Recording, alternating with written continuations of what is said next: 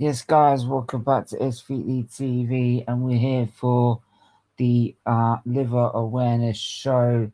It's your weekly liver awareness show at 6 p.m., but it's on today, not Tuesday, which is what it usually is on a Tuesday. But the reason I've moved it to today is because it's the NHS's birthday, right? The NHS's birthday, yes, it is now 70, 73 years old now.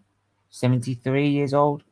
1948 it was established by the as one of the Labour directives when it got into power in 1948. And um, well, what can we say? It's the best health system in the world. It has its flaws, guarantee it. Trust me, I moan about it a lot. I do moan about it a lot about its flaws. There's a lot of stuff that could be addressed, and there's a lot of stuff that could change. But it is the best health system in the world. If you've got something to say, you've got something to say about the NHS service, anything, stories you want to share about the NHS service, please come on and have your say. This is an open line stream for you to come on and have your say. So by all means, if you've got something to say about the NHS, please do.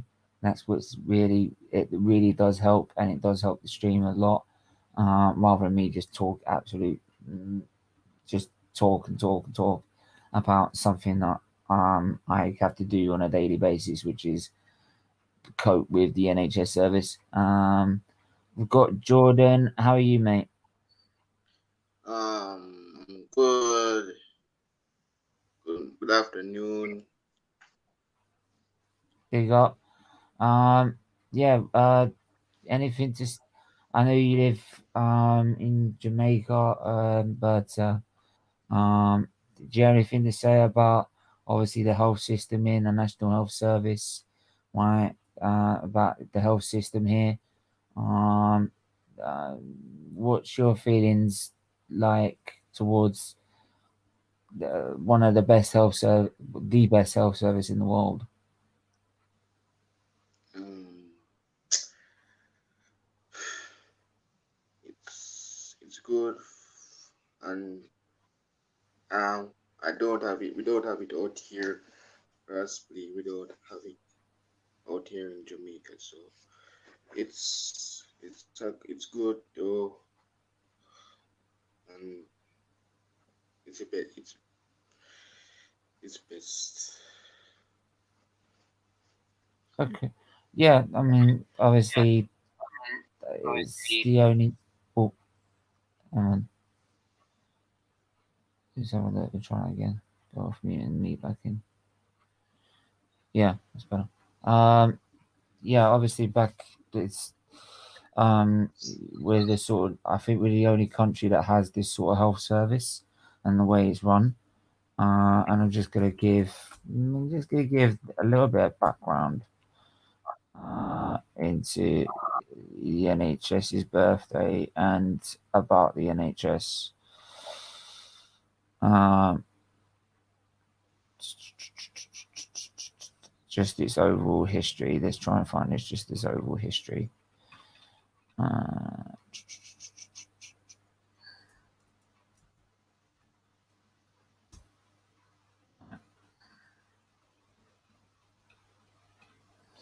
try and find it in a minute.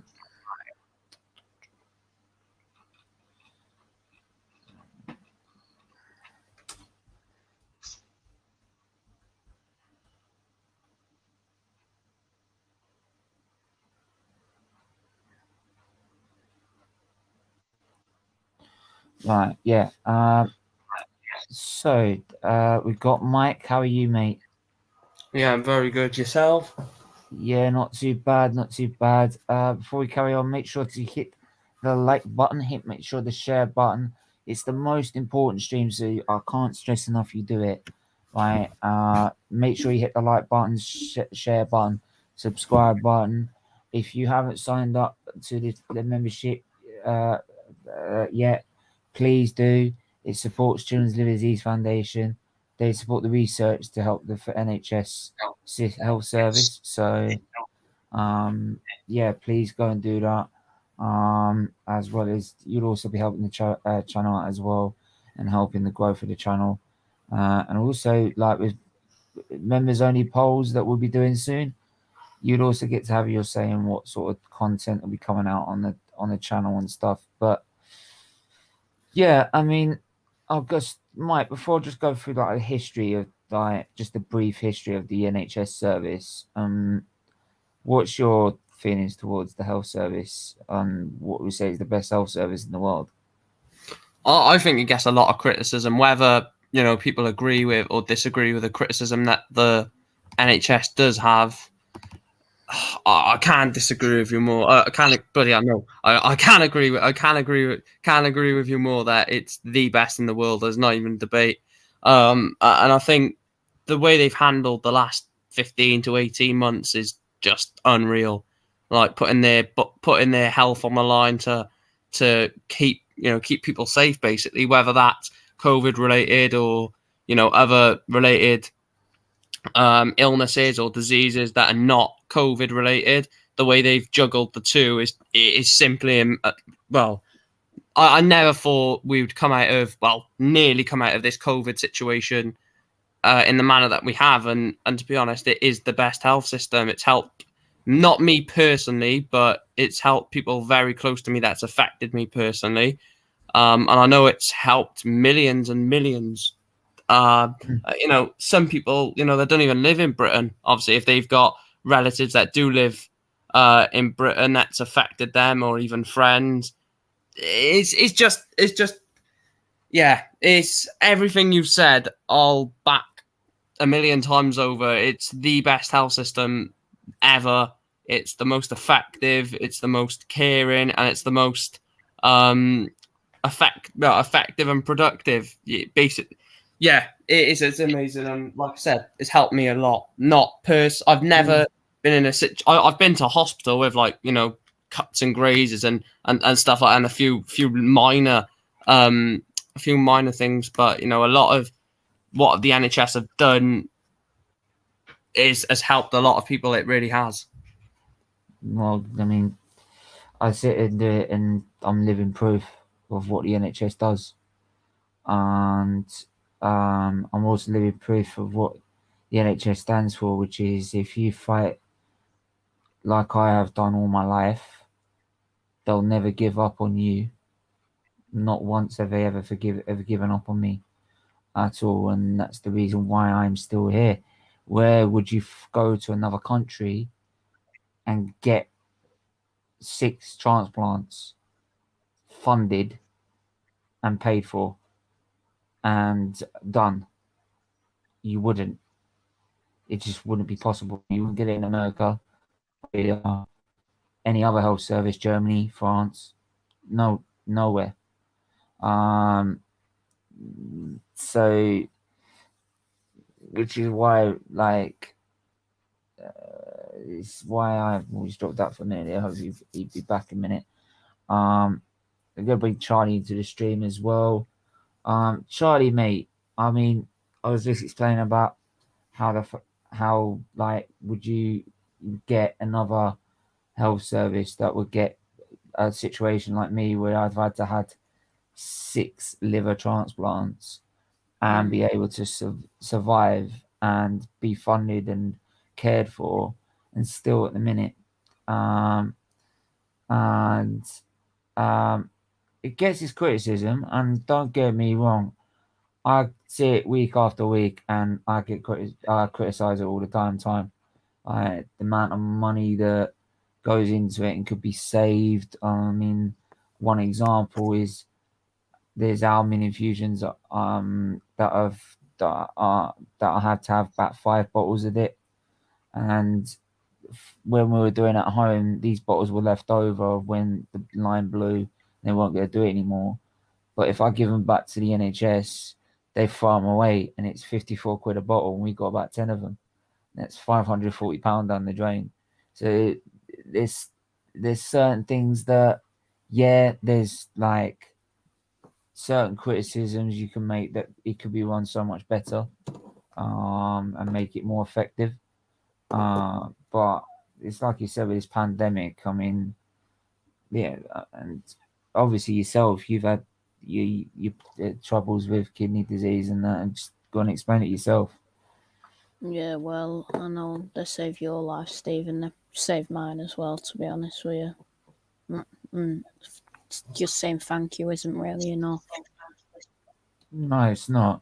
And what's lovely as well is that it represents, I think, what I see most of all in the hospitals these days is it represents how diverse this society is now in the in Britain. How diverse, you see a lot of people.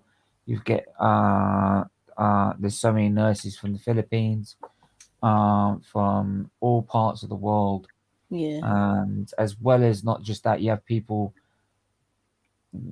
Because you go to a liver specialist, you get, and it's the liver specialist I go to is the number one liver center in the world for children. You get people from all over the world come there, Mm. and they don't stop. And they fund it. They find a way of coping with that pressure of one ward for literally the whole of the world, and anyone that can afford to come in and pay for pay for the care, because for some people from abroad it won't be free, unlike us. People also make this very weird assumption. I'll just go to Ethan's comment before to go to someone else because I want to make it up. I had my teeth out, which was overlapped by my gums and hard to get out, and the NHS hospital did it for me for free. They didn't do it for free. They do it through the point of contact. So basically, when you go and ask, when you go book an ambulance, right, it will come to you. It will come to you and do it, right? You pay for it for the national insurance that comes out the tax. That's basically what it does. Your national insurance contributions is what pays for your health service. So you're still paying for it, but you're paying it in a much effective way that you don't even see it. So that's why it gives the illusion that it's free, but it's not. It's free at the point of contact. So, and everyone obviously, depending on how much they impose, to certain, obviously a certain amount to what they can afford. The NHS, but that doesn't mean like you only get that much. You get that, you get free access to it. The NHS continued to care for my mum from cancer when she was diagnosed at the start of her spread. They are true heroes and need a wage increase. And this is one of the things I meant about sort of the money that's wasted. If the money wasn't like wasted as much as it is that they do, then they could fund like more staff. They could fund a wage rise. They could not have to rely on extra funding all the time. Not to saying that they probably deserve a rise. They probably deserve a rise after what has happened with the pandemic. Don't get me wrong, but obviously that they deserve. I think there's certain ways you could run it better that would mean that you would be able to fund nurses, you'd be able to fund wage increases, doctors, and all the rest of it. Same as like they fund the doctors' university scheme to pay for their degree, but then once they qualify, they then go to the private sector instead of maybe staying for the 3 years that they've paid for, that the NHS has paid for their degree. So you say like you took a job at a company and they pay for your career, and once you've paid, they pay for your career, they keep you there for as long as they paid you for. So say if you've stayed 3 years to get your degree and your training, right? You stay there for 3 years with the company, so you repay it back so you pay back what they've put into you, kind of like that. But they don't. So there's there's loads of ways people the ideas can that it could be done better, but it's not taking away the service they do. The service is fantastic, like it's second to none. Uh, my friends in America would have paid $500 just to get a diagnosis of what they have just to know what's wrong with you. It's crazy in some places. I know it's crazy. I think Georgia just alluded to earlier that he was he doesn't get it in Jamaica, but I'm sure like I've seen kids from Malta, I've seen kids from Greece, Italy, I've seen Greece all over the world, like Qatar and all over the place to come to the UK to receive liver treatment. So as much as it is like the National Health Service, it also outstretches to the world in certain specialist centres. So, do you have to see a kidney specialist every time, Charlie? Say that again, sorry. Do you have to see like a kidney specialist every once in a while? Every so often, yeah. So it kind of be the same like there. They'd have like a massive liver centre, like a kidney centre, and you'd have people all over the place going to there. So it's just kind of like the same thing. Just going to give you a rundown of the history, a quick brief history. I'm not going to go too into detail. Right. The National Health Service is a government, obviously a government-run healthcare organisation that provides health and medical services to citizens of the United Kingdom. It started in 1948, and it was intended by its creators to be free at the point of service.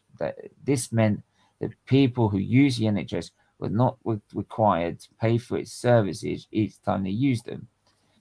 The NHS is paid out of the employment's contribution from their wages and also general government money raised in form of taxes. The promise of the health service that would be free at the point of service was broke almost right away with the prescription charges. The prescription charges are a set price that England have to pay must pay for each item on the prescription form. This is where it also gets complicated. And like another example, that they pay £8.60 an item because pharmaceutical companies charge the NHS extra. Then they do a shop, right, to stock their product and to use their products. Why is that the case? Why don't the government come down? And this is another thing: the government could come down on the pharmaceutical companies. No, if you offer that to the shops, you've got to offer that to the NHS because that's where they need it. It's like but this is where like if you have a disease like chronic liver disease, chronic kidney disease, you've had transplants and stuff, you get certain exemptions for like, so you don't have to pay. Basically I wouldn't have to then pay to stay alive in a national sense. So this is made up the NHS is made up of 4 systems: the one in England, the Health and Social Care in Northern Ireland, NHS Scotland, and NHS Wales. Each system is run by its government. For example, National Health Service is run by the UK government. Systems are run in different ways depending on which country in the United Kingdom a person lives in. For instance, there are no prescription charges in Scotland and Wales, but they are in England. The service also provides basic dental services and prescription eyeglasses, hearing aids, staples, and other services. There are normally charges at the point of service for these services, unless one lives in a non-charge country or is considered a special needs case, such as children up to 18 or to 21 if they're a student, pregnant women, or elderly, or anyone with maybe a chronic disease. Yeah, so that's basically like that in a nutshell. So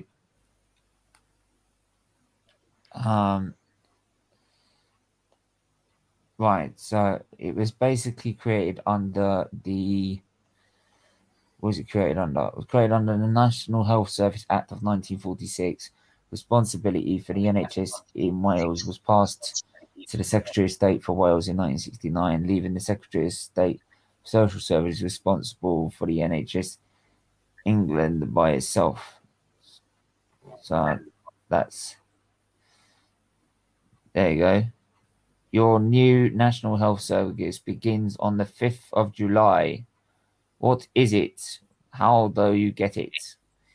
It will provide you with your medical, dental, and nursing care. Everyone, rich or poor, man or woman or child, can use it at any part of it. There are no charges except for a few special items. There are no insurance qualifications. But it is not a charity. You are all paying for it mainly as taxpayers, and it will relieve your money worries. Relieve your money worries in times of illness. So, I mean, obviously back then. So there you go. Look, that's the original piece of paper they all got.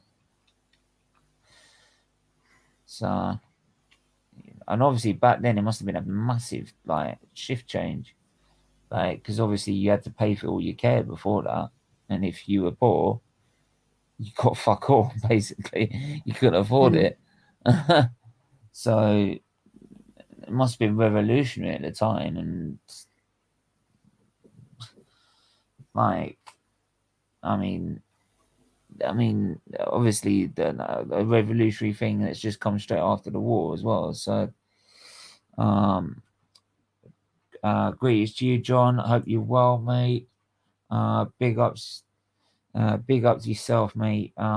Links in the chat. Yeah, links in the chat. If you could come on, have your say, give a story that you had. If any particular stories like Charlie you want to share, like any moments in NHS where it's been like funny or like out of this world. I've got loads. I've got too many stories to tell. Yeah, same with me, really. There's loads. Just leave it for now. Probably. It's up to you, mate. It's up to you. Right. I'll just leave it for now. I'll talk about it another time. Okay. I just thought it'd be nice because it is for their cause. And yeah, big up to the NHS for all their sacrifice, selflessness, their love and time. Because of them, from July 16th, stadiums will now be full. We will even be able to go to watch EPL games live. That is a very good point. That is a very good point. We will be able to watch EPL games live because of the NHS service. But yeah, I mean, like the vaccination program, you say, is the one thing they've got right, big style. And our vaccination program and the NHS's vaccination program, the way they've dealt with it, meant it's the best in the world. We're far ahead of everyone, and you've got to commend the NHS service again for that. And I was seeing the NHS service under pressure during the pandemic. They've been some serious under pressure. Like one time, I was having my infusion done, and we were just in a little room. There was no space. Right, there's literally no space. There was hardly any nurses. There's about 3 nurses for all of us, and there were about 10 to 15 people on that unit. So there's still loads of people to treat, and there was about 3 nurses for each room, which is just like, you don't expect that at night times. Like, I remember one time I remember a patient, like, she was moaning at the fact that like no one was coming to her care, and I was just wondering, like, what's she moaning about for? She said, because like there's only the 2 of us on the ward. She said, yeah, and when she was, and I heard this, she was saying, why, where's more staff? Why you got more staff at night times? And I'm like, you obviously don't know how this works, do you? Right?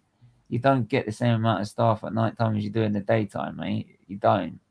Because, like, you have nurses during the daytime that might need to go to go to the theatre with the patient, or go to the scan, or go to or do something specifically particular during the day with that patient. Whether it's at night, the reason you can have two people, three people tops, is because you are asleep. You're staying in one place, unless something drastic in an emergency is happening, by which point you get the doctor and everyone else. There's nothing. They do their drug rounds, they do what IVs they've got to do, and then the rest of the night they're sitting there waiting for anything to go off, anything to need to change, anything they need to give later on in the evening for a particular patient. But apart from that, they're just sitting there. Right? That's not me having a go, and that's because they've got nothing else to do. Because like everyone's been treated, everyone's been done. So which is nice actually, because I stayed up late and you just end up talking most of the time. You just end up talking to them most of the time and winding them up. I always found good doing that. A lot of people I've met in hospital as well, we always found good at doing that as well. Keeps ourselves entertained. Hope the live streams won't end, Stephen, even when we can watch footy live, or perhaps you'll do vlogs.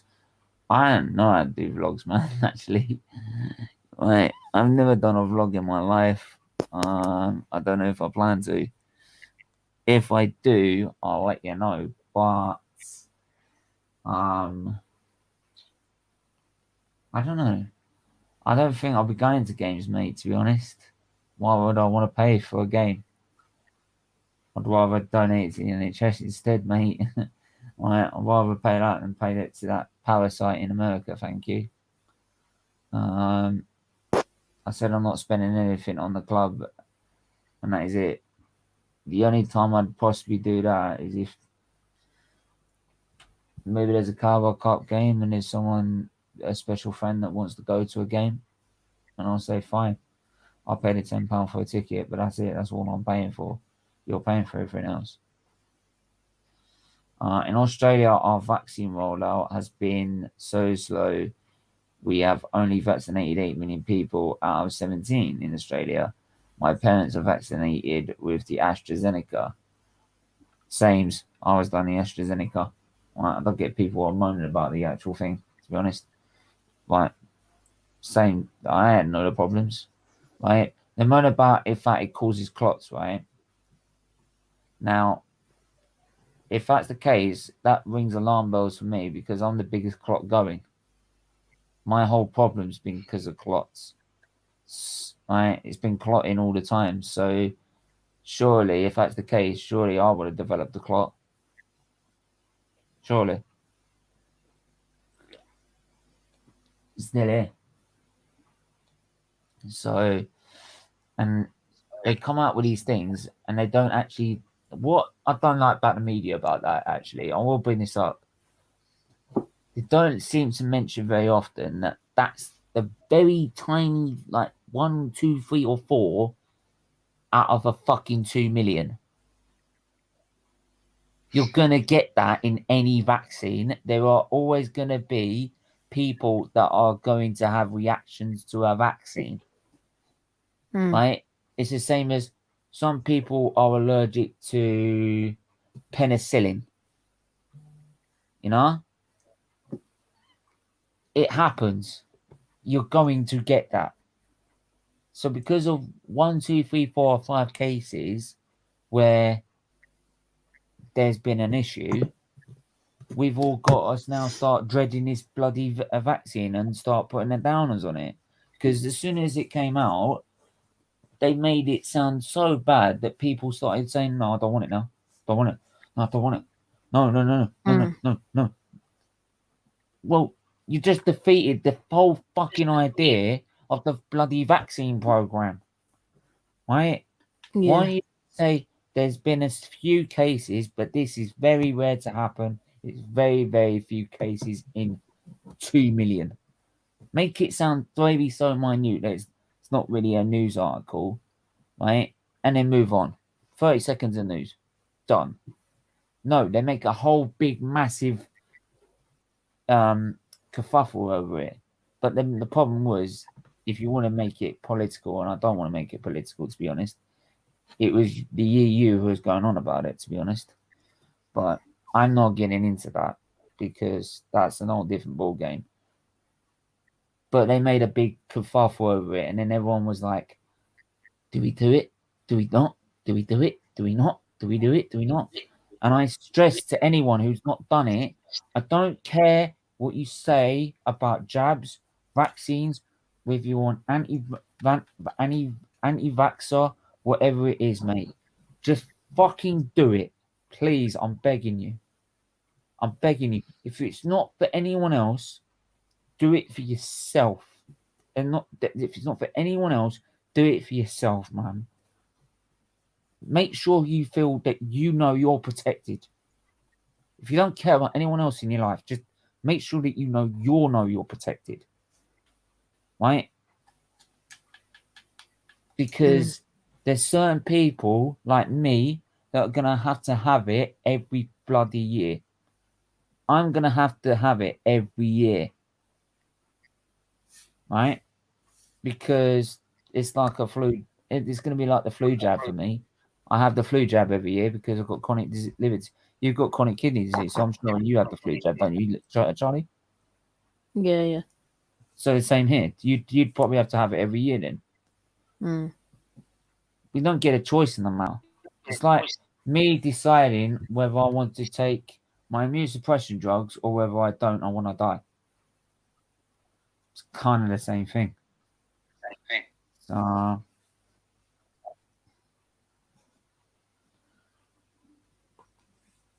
just live your lifestyle. No, I am pleading with people, right? Because it is trying to save people's lives, right? If you don't like it, watch something else, mate. Right?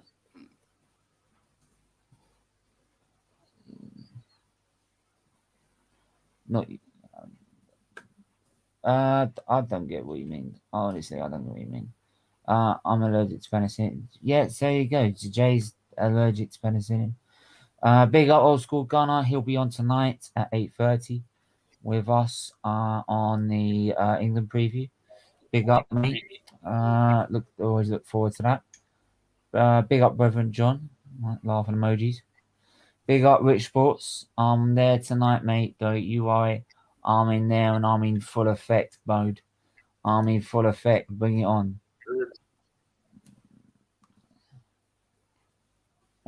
You have no idea what you're talking about.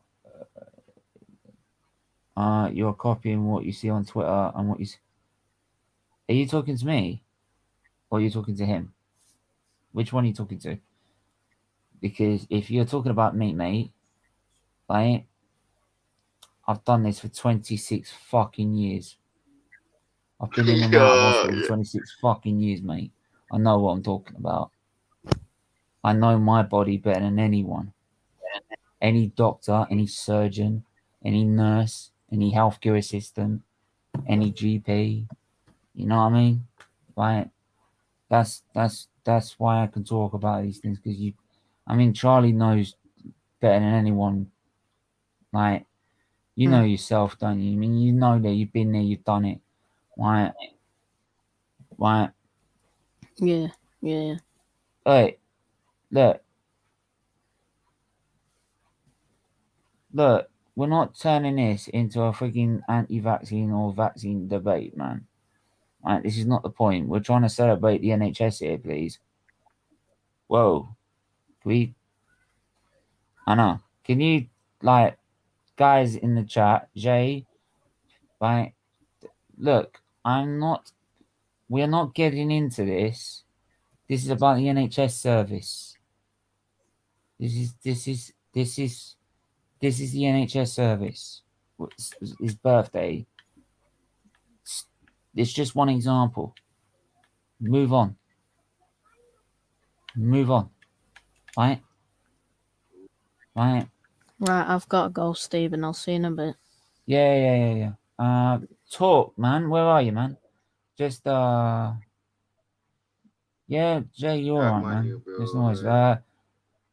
Talk, man. Yeah, I'd love to hear your story. Like, share your story again to everyone about your dealings with the NHS, because obviously you've not been you've had your fair share with the health service. I mean, Right. I'm sure, Jordan, you're perfectly you're all right. How's the vaccination program with you, where you are? It's good, and I didn't do mine as yet, so I have to do mine. I don't know when, but I have to do mine. Yeah, it's no doubt when they get the time, or when it comes down to your turn, they'll offer it to you, and and then yeah, and then there you go, have it done. So just having tea, mate. All right, cool. Try to be as quick, if you can be as quick as you can. It'd be great, mate. So yeah, that's one part of the National Health Service. Brilliant, right? Yeah. It's like I said, the NHS system has just been. I can't tell you how much it's made a difference to so many people that I know. Some are still, but the problem is some still here, some aren't, and that's not the NHS's fault, by the way. That's just the cruelties of life. Unfortunately, that's just the cruelties of life. That there's friends I know that have not made it to, like, out of their condition, and there's some that have made it out, like me. So it varies. Some people get complications, some people don't. But I'll tell you, rest assured, the NHS will do absolutely its damn power to make sure that you stay on this earth. Right? They try and defy the laws of science to try and make sure of it. I think mine's gone completely against the laws of science and laws of biology. Right? I think they've even had to make new laws about it, for goodness sake. Um, so yeah. But you see it now with such like this. I mean, the you see with the pandemic how much it's put back other services like cancer treatment, dialysis, and surgeries for other people as well, and the transport system's been rocketed back big time. Um, and because of that, there's going to be some people that aren't going to make it. That's the problem. There is going to be a knock-on effect to that, and whenever there's a, a delay like that, of course, of course, uh, yeah, of course, when there is going to be a delay, there's unfortunately someone's not going to make it because of it, because there's time they can't afford, especially with liver disease. Liver disease is a ticking time bomb. It lasts as long as there's no machine or anything to keep it going. You know. Yeah. Big up Jordan as usual in the chat. In the on the panel as always, mate. Supporting. Yes, Rich. Um. I'm a greedy. Does that mean bastard? Big up Jordan, my bro. Yeah, Rich, he's always eating, man. He's always eating. He's always eating. Like he's permanently eating. I think George, have you frozen? No, I'm good. Yeah, cool, cool. Yeah, yeah. I mean, like for example, one thing that I think because the reason we do this obviously channel is for what you see on the overlay, Children's Disease Foundation, and they help fund research to help the NHS service fund better treatment, find better treatment for liver disease in all weird shapes and forms. Stem cell surgery, the stem cells surgery, stem cell treatment was like the way forward in a lot of ways, and it could be the way forward, big time. And if it is, I'm all for it because I've known a kid that was first trialed with stem cell treatment in a situation where if it was part of a trial, and in that situation he would have needed a transplant in any other given situation. Well, in any other sort of like treatment, it would have been a transplant. But they tried stem cell surgery to see if they could save it, and they did. The actual treatment worked. It fixed the liver, and it meant they didn't have to go and get more. They didn't have to worry about having to have another transplant, and which it seems like for me is the way forward in a lot of ways because stem cells. They're looking at stem cells to grow certain organs. They haven't got the technology to keep you alive though, but there's the technology. They're trying to develop the technology to do that. If it can do that, then geez, the surgery will get treatment. The NHS will go up to another level again. And plus, there's always that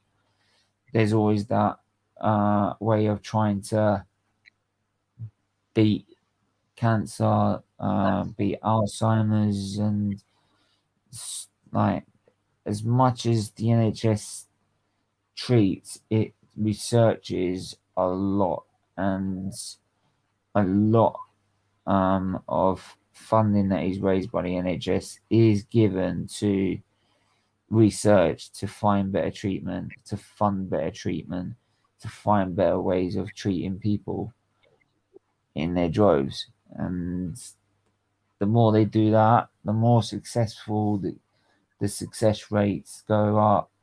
I mean, back in when I first had a transplant, the success rate was 70 to 75%. Now it's 95%. It's 95%. So you know what I mean? It's a miracle in itself of how they managed to get treatments down that much and get these get treatment like that down to a T and get the success rate up so much. I don't think if back in my time, I'll put the link in the chat again. If anyone does want to come on, feel free to do so.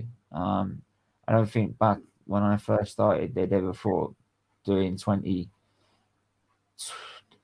odd operation major surgeries and doing 16 doing 6 liver transplants was conceivably possible at the time. I don't think anyone made it past gone past what 2 or 3 by that point. And I mean, how advanced were they back then? We were the first live. My mum and I, when she gave a piece of hers, it was the first living-related transplant where a piece of someone else goes to a living person, goes to a donor, goes to a donor recipient. So that was like back then, revolutionary back then. Now it's just more common thing. The common thing now there's this fathers or mothers will, or even just relatives will just act as the donor to step in, especially when it gets treatment that bad. Um,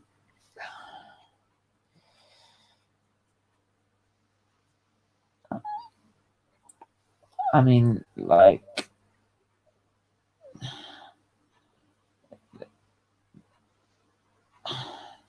I mean, how is I mean, we'll say about the COVID situation here.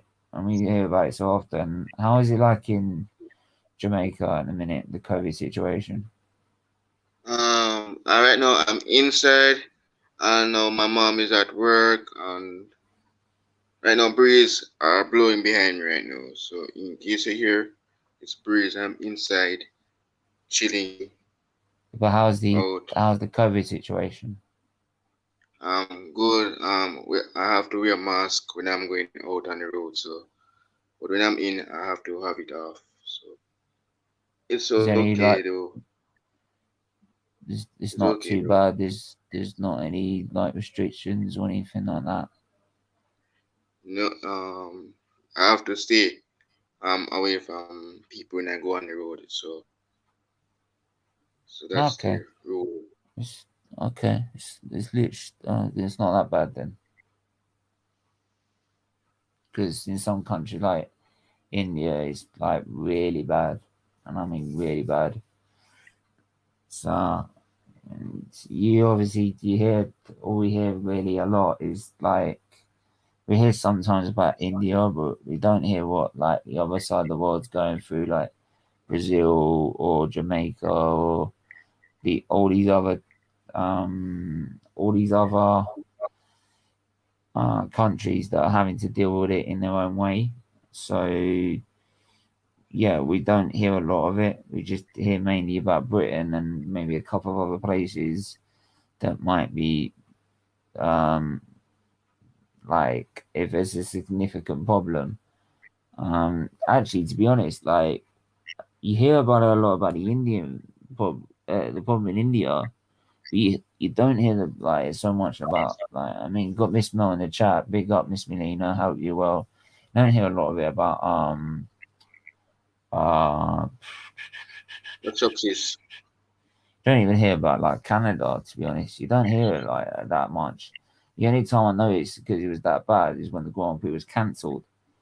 So maybe that's just me being ignorant or watching the news enough. But like you don't hear it on the news actually here a lot from what I've seen and any recent reports I've seen when I knew it's been bad. They ain't seen you ain't seen it. You only seen maybe like I said, India, maybe like uh some parts of Europe, like Italy, we knew it was bad when it first came out. Italy was bad. I mean, look at their. This is the difference. I mean, we managed to get our health system to cope with our. All right, we put our restrictions in that worked, but our NHS system, the way it was run, was able to cope with the demands and the pressures of the pandemic whilst dealing with everything else that was going on. I mean, they managed to cope so much. My local hospital, they managed to keep me away from the COVID areas of the hospital whilst doing my treatment for every week for infusions. But at the same time, um, as much as they did that for us and kept us away from it. You saw. I'm trying to think before I lose my train of thought. Um, but yeah, but like you see, but you then see with like with Italy, how there were people in the corridors. Some people being left outside the hospital because it was a complete mess, an absolute mess, and and it was like a disaster. It was literally like the it's like you've seen the wars in the Syria when there's no healthcare system and it's like been like in a war zone, like where there's been so many casualties. It's like that. It's just so many casualties because the pandemic and not being prepared and not then taking the right necessary action. And again, you can say that comes down to how the NHS was run, how it identified the problem and tried to deal with it in the best way it could, with depending on how you see how the government have dealt with it or not. But again, I don't want to make it political. And despite what was thrown at them, they've managed to deal with it. And even to the point that the spare hospitals that were built, I don't even think they were even touched. I don't even think they were used, which surprised a lot of people actually, because we all thought we were going to need them, which is why we built in the first place. But the actual Nightingale hospitals, I don't even think they were used actually. I don't know whether that's true or not. I'll just double check that, but I don't think they were used as far as I know.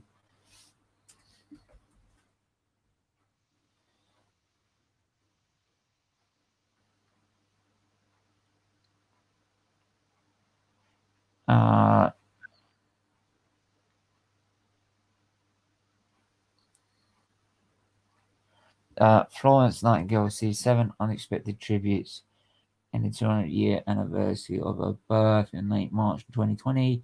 As concerns grew, the COVID-19 would overwhelm the critical care capacity of the NHS.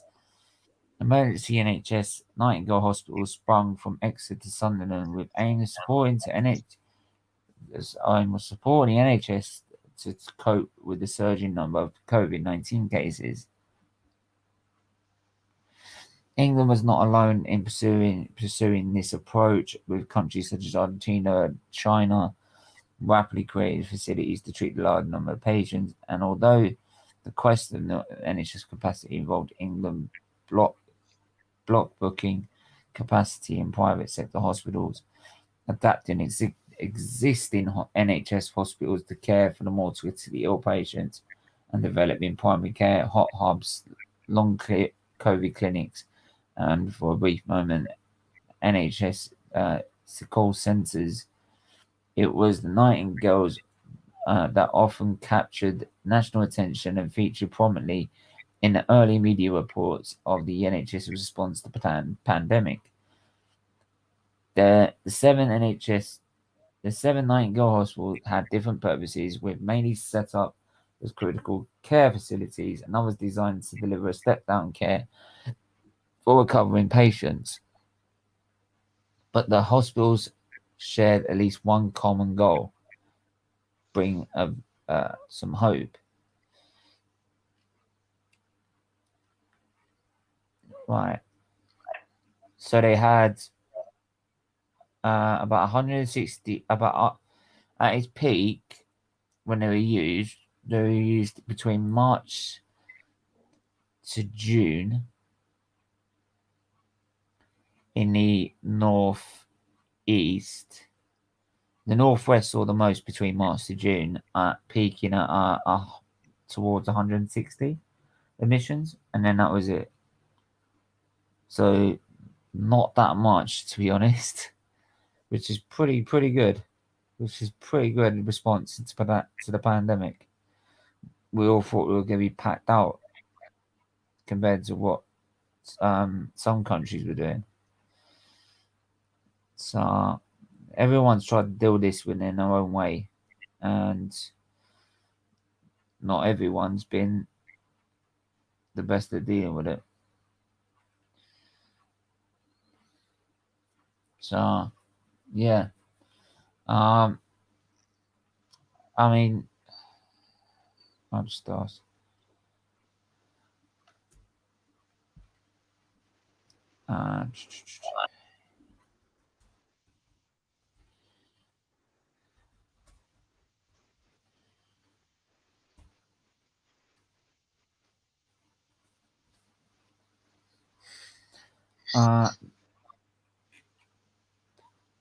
But like I say, it's not so much about the pandemic, and what we need to be thankful for is just generally how they've been throughout its lifetime.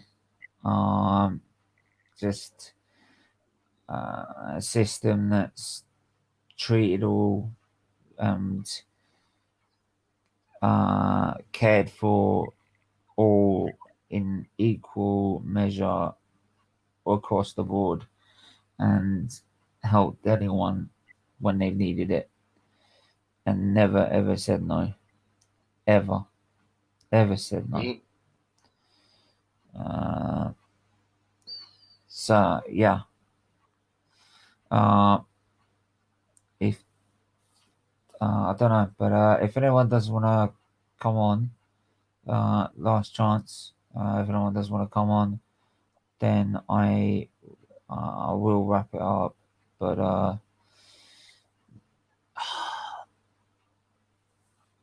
yeah, there's not much. It's not much I can't say about the NHS that I've not either already explained or gone over before when I've been on YouTube, like when I've had my treatment, when I've like constantly updated people about how it's going and everything like that. They're always there whenever we need them. Right, whenever you require them, they're there, a phone call away from. And I think that is why this is why we all fund it, and we with it, and every I think sort of country in the world reveres it. I think a lot of countries, I think even the Americans, they tried to introduce Obamacare, which is like the same thing. Yeah, it never took off the ground. But again, like, and that just shows, like, even America, countries like that, they envied the NHS and our health service, and it's the one thing people envied over when it came to modern day Britain. So yeah, there's anything else you want to add, Jordan? Anything else you want to No, say about it? no, no, Right. no. Okay. In that case, then, Rich Sports, big up Mel. Yeah, big up Mel as always. Right. Not as often as she usually is because of her Twitter and because of work and that, but she's always there supporting us through thick and thin. Right, and always have us our support. She always feel your support no matter where you are, Mel. So but yeah, make sure to hit the like button. Make sure to hit the subscribe button. Please, please, please. I do ask this of you. Please, please, please. If you really, really, really, really do this, do hit the membership button. Right? Do hit the join button below. Right? It is for charity. This is what it's for. It's for charity. If you haven't done so already, please, please subscribe, like, share. It is for a great cause.